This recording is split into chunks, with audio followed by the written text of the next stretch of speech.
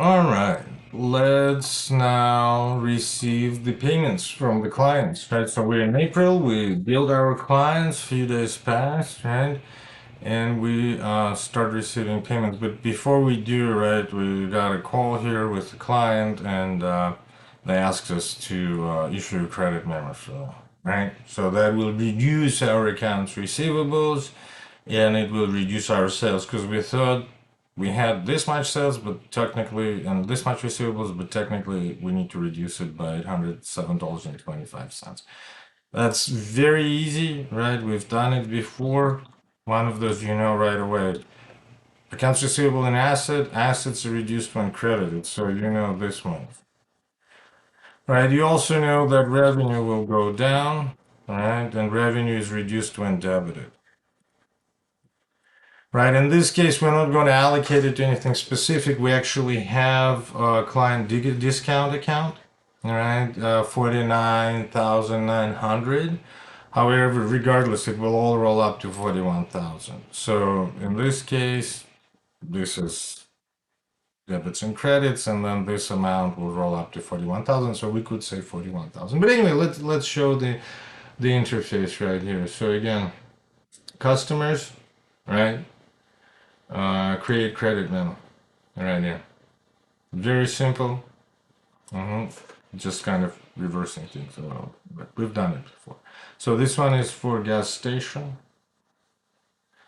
All right, the date will be 4/4. All right, this will be a credit memo.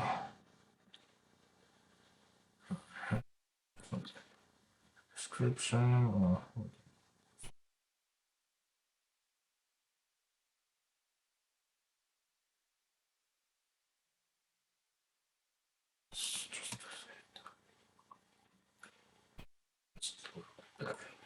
Okay. And here we got to select an item, right? So we created one for that. We call it client discount. Again, that's just the way QuickBooks likes it. The important part are the debits and credits behind it, right? So here it is. Voila. Now, debits and credits, right? I already showed them to you. So don't ever believe somebody who tells you, well, I don't see debits and credits here. It says credit, memo. That's all I see. Well, here it is. This amount right here. It reduces accounts receivable. It is a credit. Remember, before it was debit on the other one, on the invoice. Now it is a credit to accounts receivable. So $807.25 is a credit to 11,000. 11,000 is accounts receivable. Accounts receivable is an asset. Assets are reduced when credited, right? This amount right here is a debit to our revenue account.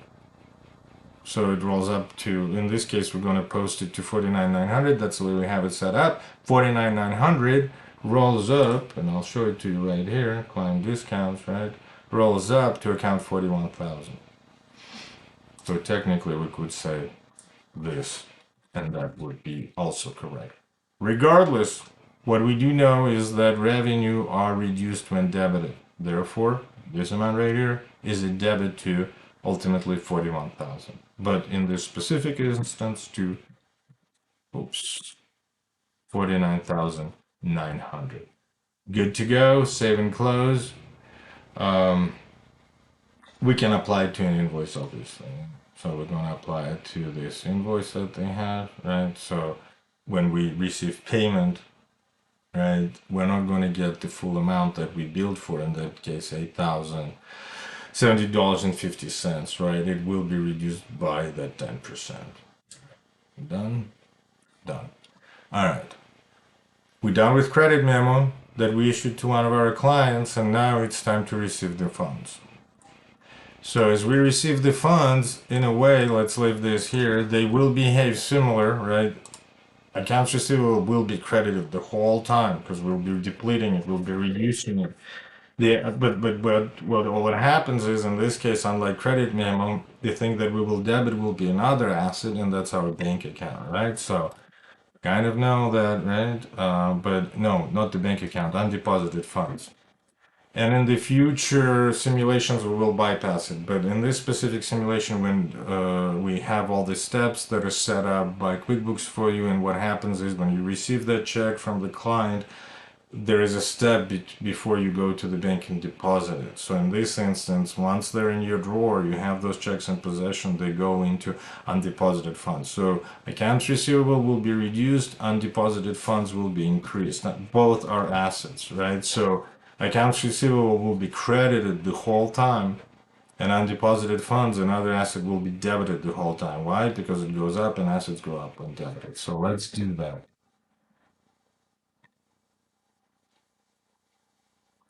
Received payments. There it is. Let's get going.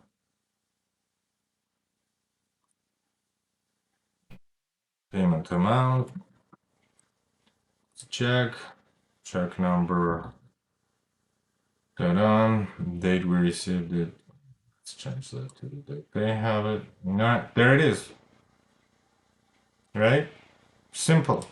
What happens? Accounts receivable goes down because that money is now in our possession, kind of. Right? We have the paper check.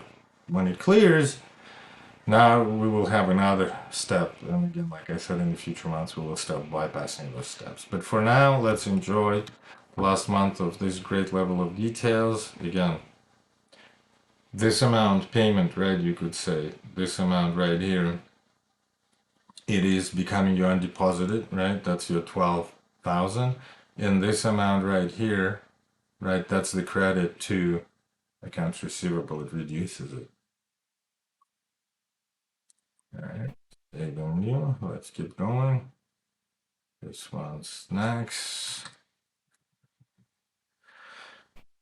And payment to see, because that's accounts receivable right now, right? So we're entering, this is undeposited funds that we received, 261250, right? And then the check 3264. There, see, it marks it. There it is. Voila. 261250. 261. Right, again, just to solidify, this amount right here is your undeposited, right? That's the 12,000 goes up, that's the debit. And this is the credit to accounts receivable because it's now reduced, right? We're depleting it. So when we bill the clients, we increased accounts receivable. Now that we're getting checks from them, we're reducing it. Thus, we're crediting it because it's an asset. And to reduce an asset, you got to credit it. Undeposited funds are also an asset and they go up when debited. So you're starting to get familiar with that. Let's keep going.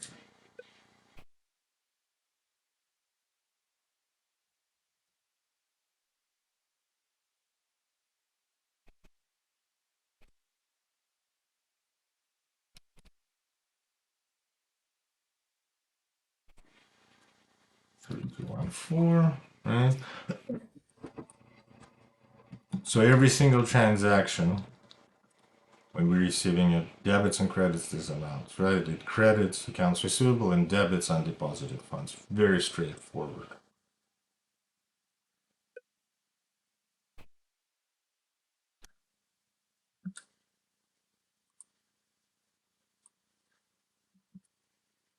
And again, in this simulation, we decided to keep it simple, right? So the payments are received in the same month as they're billed, and then were received in the full amount.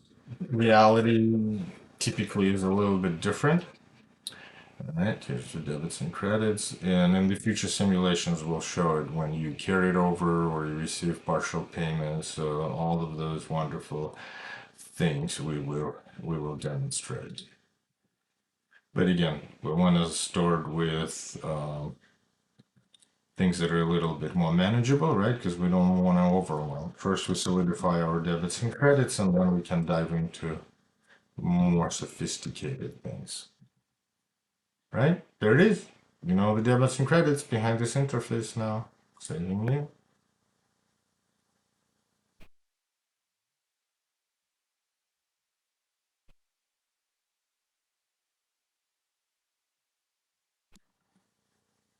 Alright, 17, 640. Alright. Debits and credits.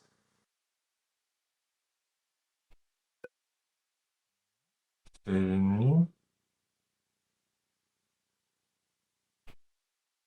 next one is the gas station. See, you already have the discount. Remember, we had a discount, so it's already amount due, right? It reduced it. So when we receive the payments, and just and so the impacted amount 726525, right? Because we already reduced accounts receivables by $807.25 when we issued the credit note. So now to clear out accounts receivables, we just have to credit it for the remaining amount, and that's the payment that they got for us. So at this point, for that specific client, accounts receivable is zero. All right, there's your debits and credits. Check number. Good go. And,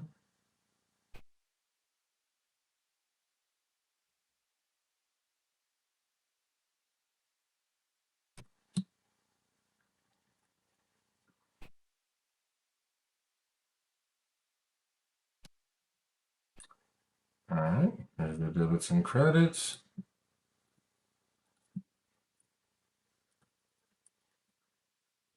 Okay. Same thing, every single transaction when we're receiving payments, right? We're reducing accounts receivables and we're increasing our undeposited funds. Right? And then when we deposit, we'll do similar things. We'll be reducing our undeposited funds and increasing our bank balance, converting one asset into another. Because again, you have credit to accounts receivable, which is going down, assets are reduced when credited, and you have debits to undeposited funds, which is also an asset, and assets are increased when debited. Credits reduce them, debits increase them. All right, let's keep going. I have a few more.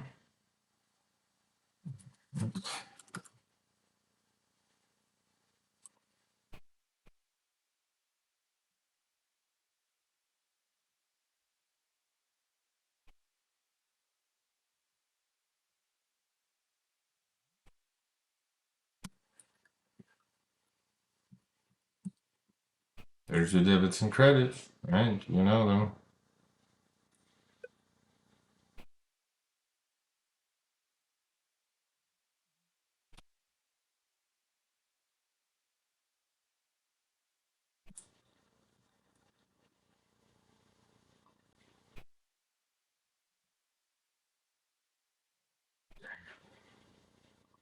Enter in the wrong one. Set for 17. There it is. Check number 208.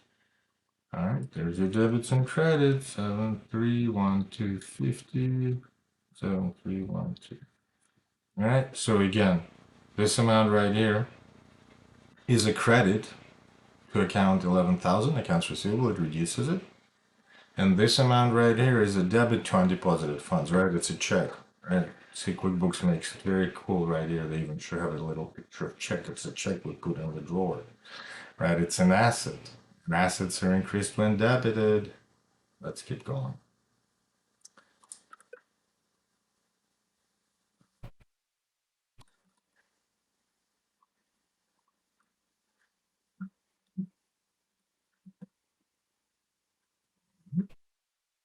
The check.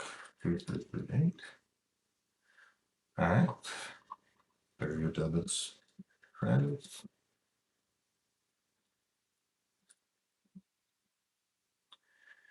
All right. So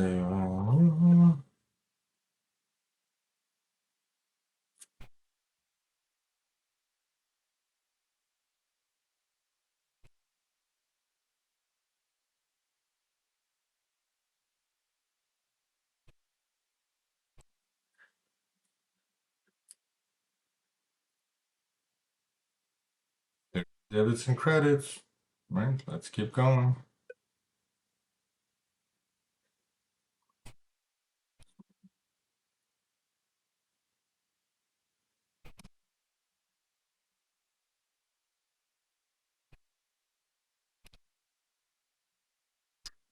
Alright.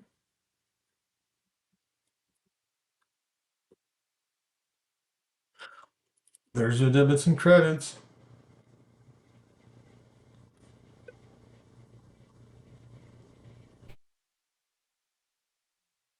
Received from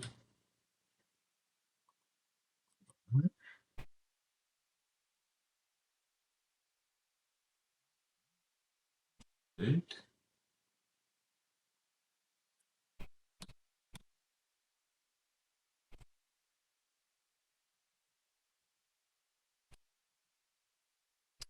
There's your debits and credits, right? Like I said, the only thing that will change is the amount from now on, but that's okay. That's perfectly fine.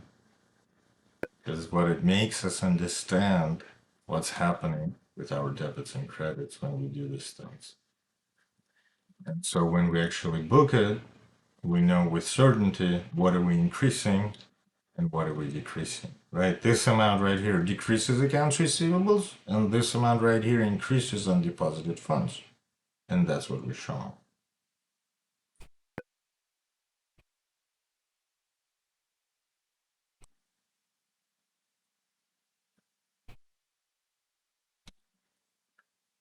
All right.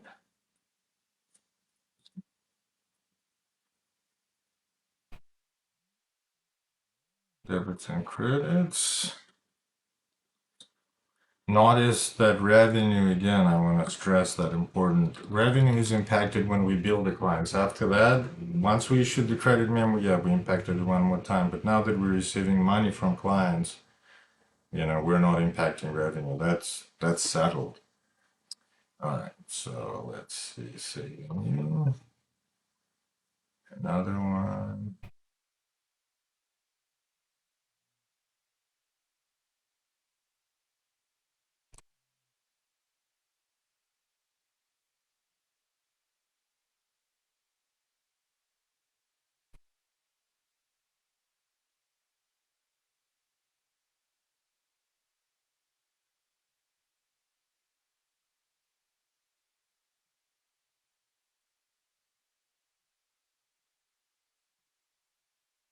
Those are your debits and credits right here, right? There it is, good to go.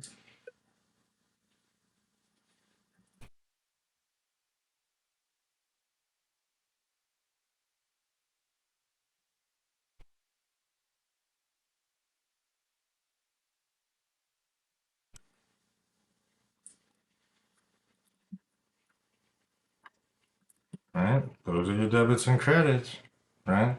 This is a credit to 11,000. This is a debit to 12,000.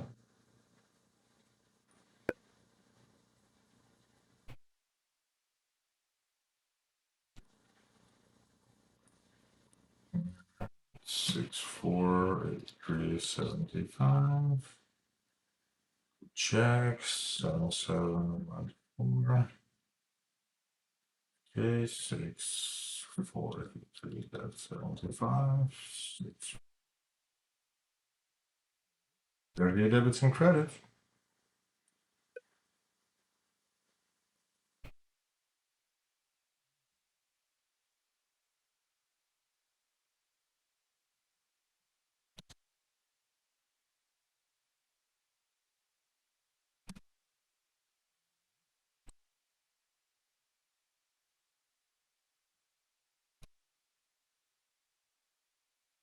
Debits and credits right here.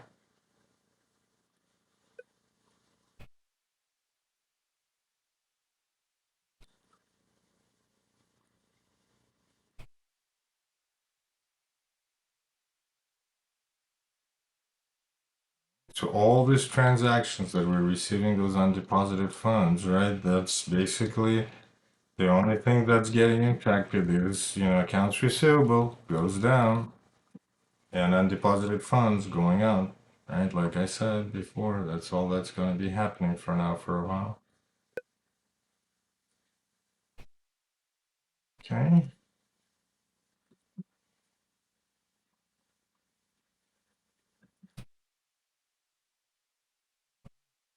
Again.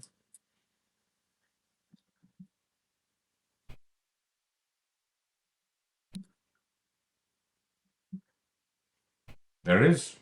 Let's keep going. All right, we have a few more we need to process.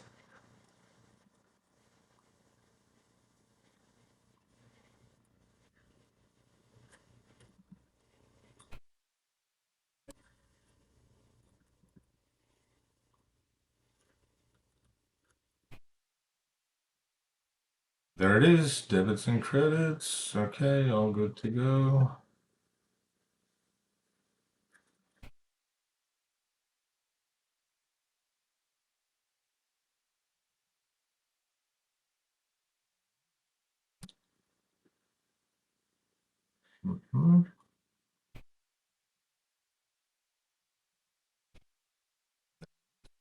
Keep going.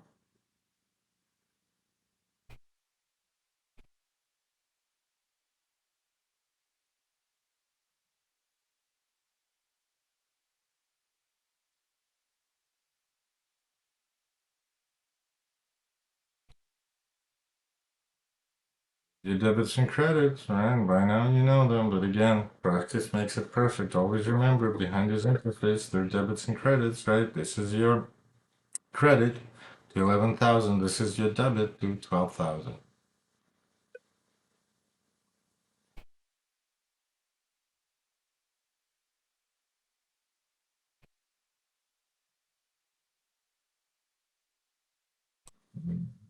Check number 4.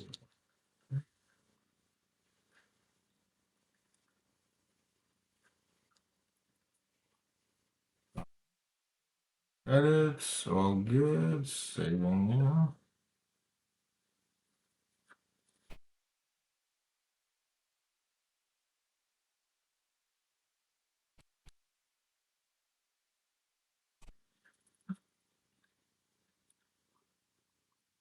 All right, same amount. No need to change it here. All right.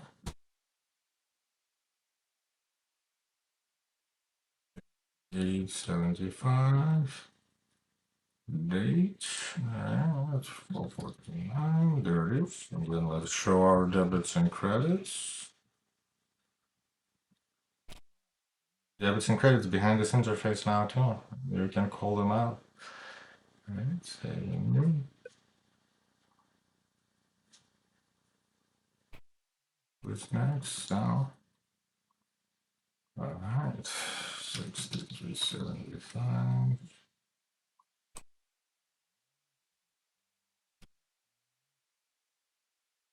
6375. 6375. There it is. Debits and credits are in place. We're good to go. Let's continue.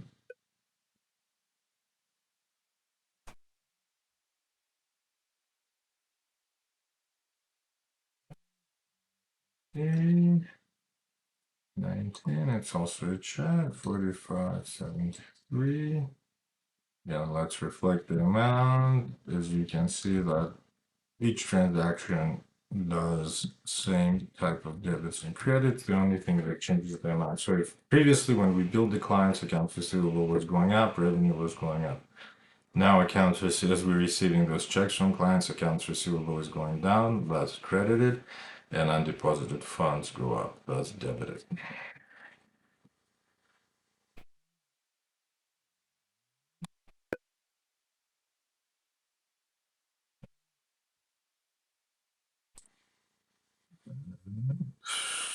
Five, 625,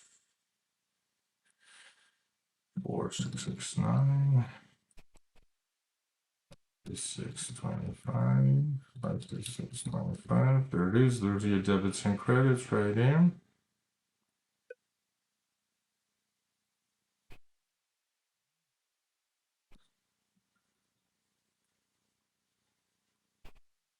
Six, 7371, 119, 4813, and again, here's your debits and credits. All right. Saving you.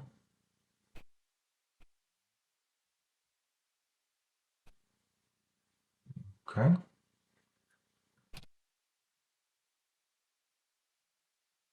And Check number 505. Same amount, don't need to change. So here it is. There's the debits and credits behind this one.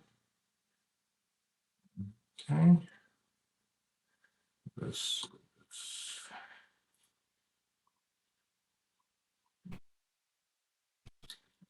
The payment from individual.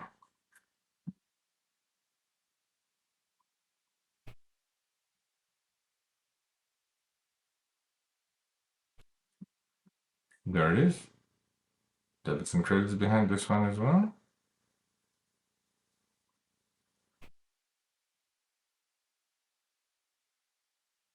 Okay. 505. 197, good to go. Let's just work them out. There it is. Good to go, right? Again, this is our credit to 11,000. This is our debit to 12,000.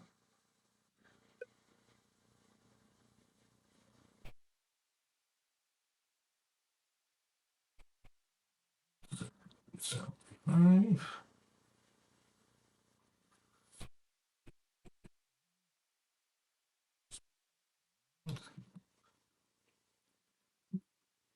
There it is.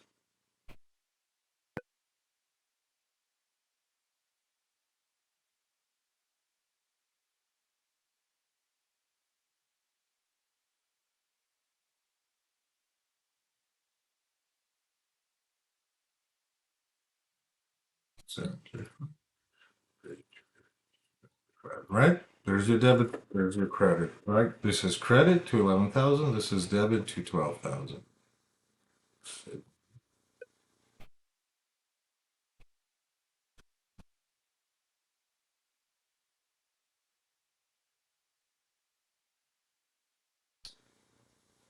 Okay, 53, 68250, 68250. Oh, there it is. Debits and credits are in balance as they have to be.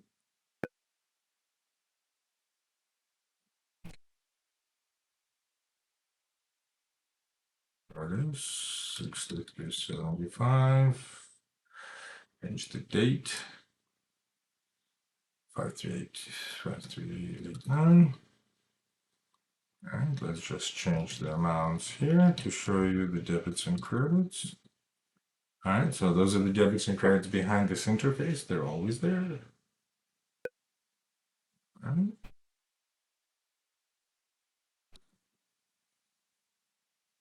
Okay.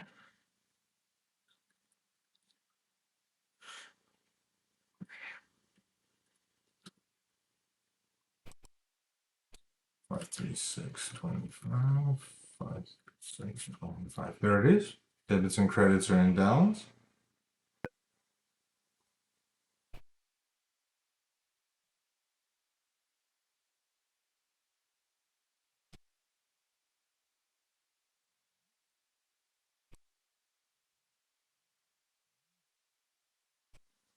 Six, 50. 50. There it is. Let's continue.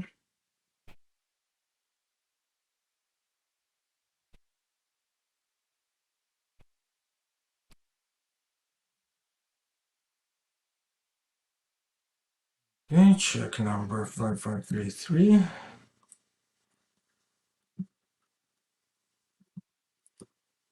Okay, good to go. Payment for check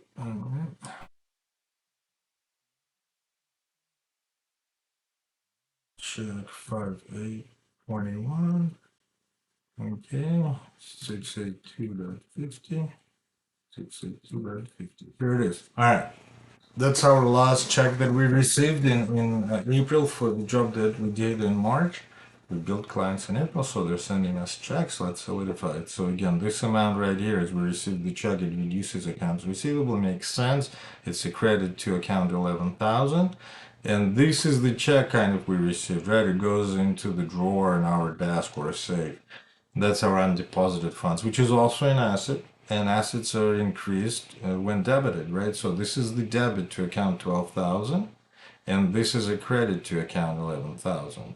So here it is, right? We're done receiving payments from our client in April, and now what we'll do is we will deposit those undeposited funds. So at this point, we're not going to touch our accounts receivable anymore, right? We're done with that. The whole time we received payments, we reduced our accounts receivable. Now we have the 12,000 undeposited funds, which is an asset, will be always reduced now with credits as we deposit those funds. And our bank account is also an asset, and in this case, we will be using our general bank account, right? It will be going up, and it being an asset, we have to debit it for that to go up. So that's what we'll do when we book deposits.